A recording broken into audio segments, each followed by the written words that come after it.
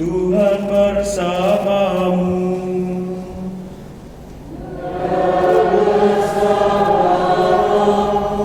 Inilah Injil suci menurut Markus.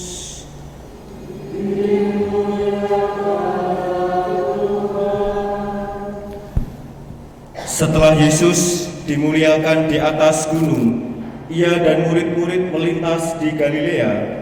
Yesus tidak mau hal itu diketahui orang, sebab ia sedang mengajar murid-muridnya. Ia berkata kepada mereka, Putra Manusia akan diserahkan ke dalam tangan manusia, dan mereka akan membunuh dia. Tetapi 3 hari setelah dibunuh, ia akan bangkit.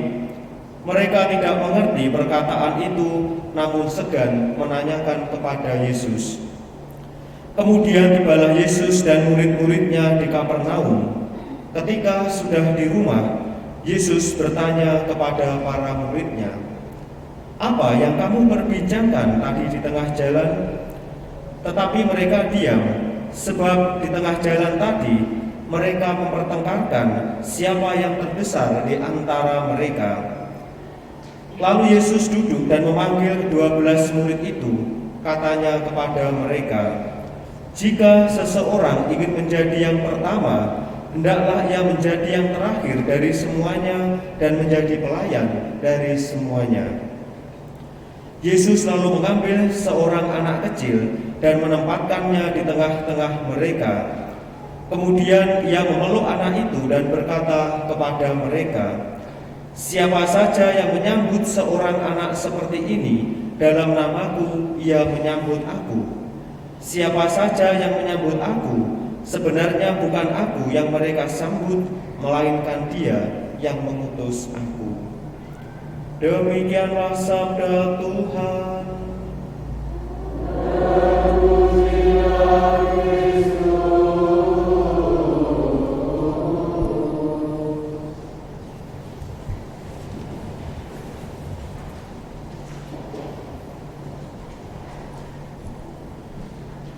Yesus bersabda kepada kita semua, "Jika seorang ingin menjadi yang pertama, hendaklah ia menjadi yang terakhir dari semuanya dan menjadi pelayan dari semuanya."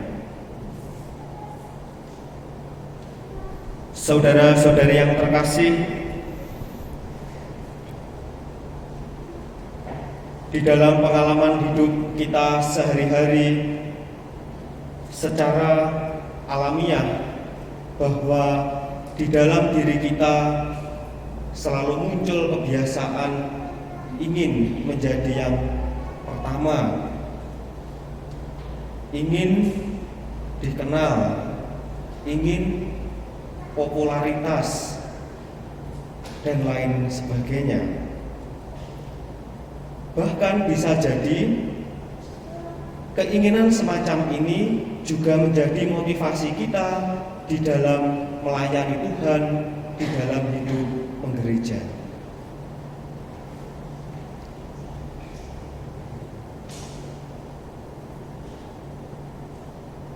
Situasi batin semacam ini merupakan sesuatu yang alami, sesuatu yang lumrah, karena kita adalah manusia. Tetapi Yesus ternyata memberikan pemahaman yang berbeda. Yesus mengajarkan sesuatu yang berbeda mengenai sikap hati dan batin kita sebagai seorang murid-muridnya, terlebih-lebih di dalam memiliki semangat, spiritualitas, cara hidup sebagai orang-orang Kristiani. Seperti yang kita dengarkan di dalam bacaan pertama, bacaan kedua, dan berpuncak di dalam bacaan Injil. Pesannya sangat jelas sekali. Bagaimana Yesus hendak memperbaharui pikiran, pemahaman, cara hidup yang dimiliki oleh para murid.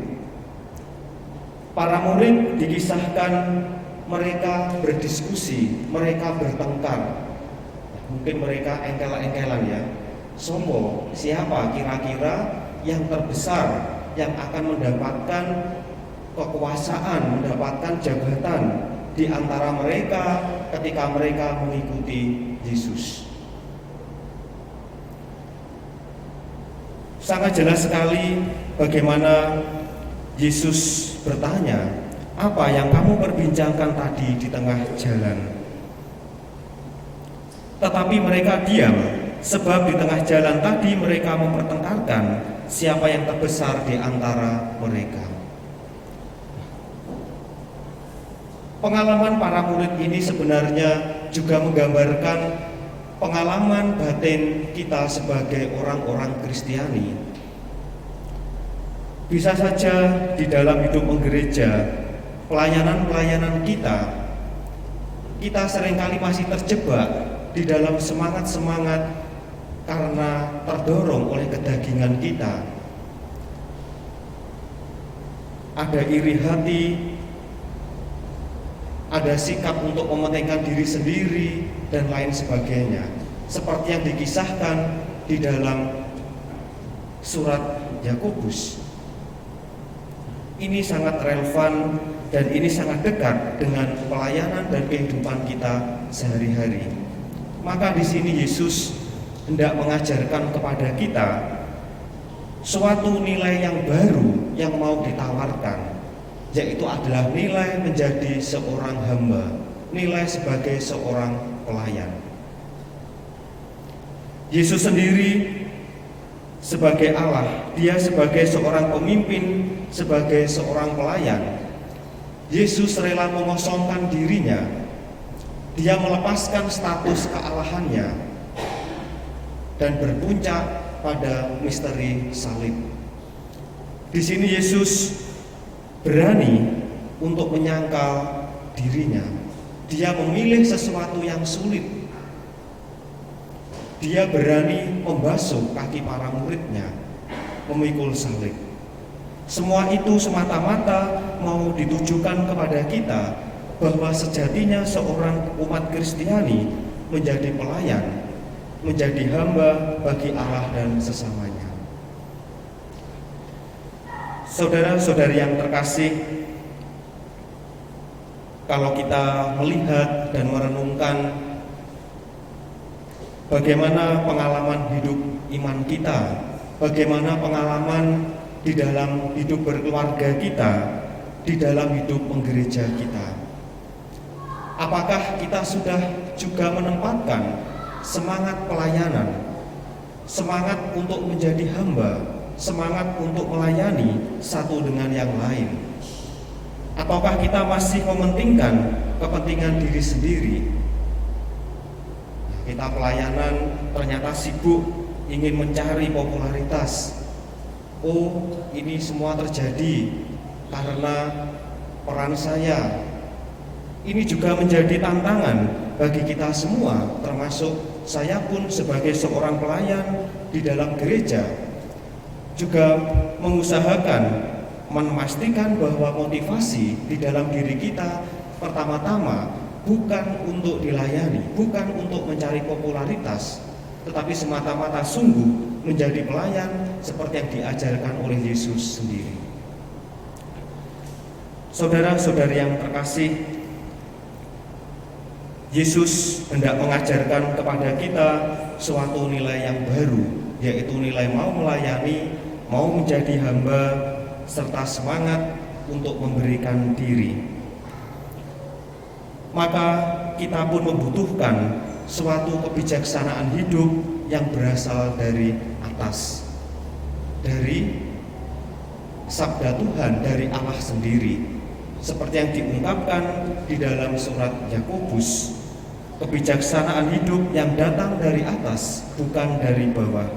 Yang ini artinya adalah kita diajak untuk berani melawan, berani mengendalikan dorongan-dorongan di dalam diri kita, kemauan-kemauan kita, motivasi-motivasi kita, supaya hati kita senantiasa jernih di dalam memberikan pelayanan, di dalam keluarga, di dalam masyarakat, maupun di dalam hidup gereja sendiri. Sebagai murid Kristus, kita diajak untuk terus memperbarui diri dari waktu ke waktu.